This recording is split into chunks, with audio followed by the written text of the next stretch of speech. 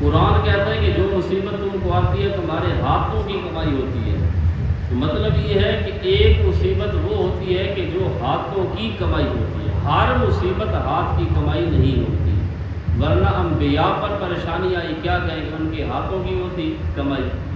انبیاء نے تو گناہ نہیں کی، انبیاء کے ذمہ گناہ ہے ہی کوئی نہیں، گناہ کا مادہ ہی کوئی نہیں.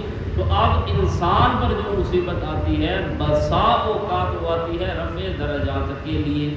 بعض اوقات انسان پر مصیبت آتی ہے دفع بلیات کے لیے، بعض اوقات انسان پر مصیبت آتی ہے اس کے گناہوں کی وجہ سے. 3 وجہ ہے.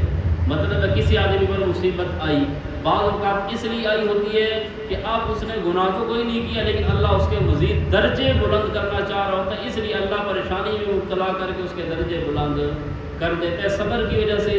بسا اوقات یہ ہوتا ہے کہ ایک آدمی پر مصیبت آتی ہے، اللہ اسے بڑی مصیبت سے بچانا چاہتے ہیں، بڑی مصیبت سے بچانے کے لیے چھوٹی مصیبت اللہ اس پر نازل کر دیتے ہیں. دوسری وجہ. اور تیسری وجہ یہ ہوتی ہے کہ بعض اوقات انسان کے کرتوت ایسے ہوتے ہیں جس کی وجہ سے اللہ بطور سزا کے اسے تکلیف میں مبتلا کرتے ہیں تاکہ ہو سکتا ہے یہ بندہ توبہ کر لے، معافی مانگے.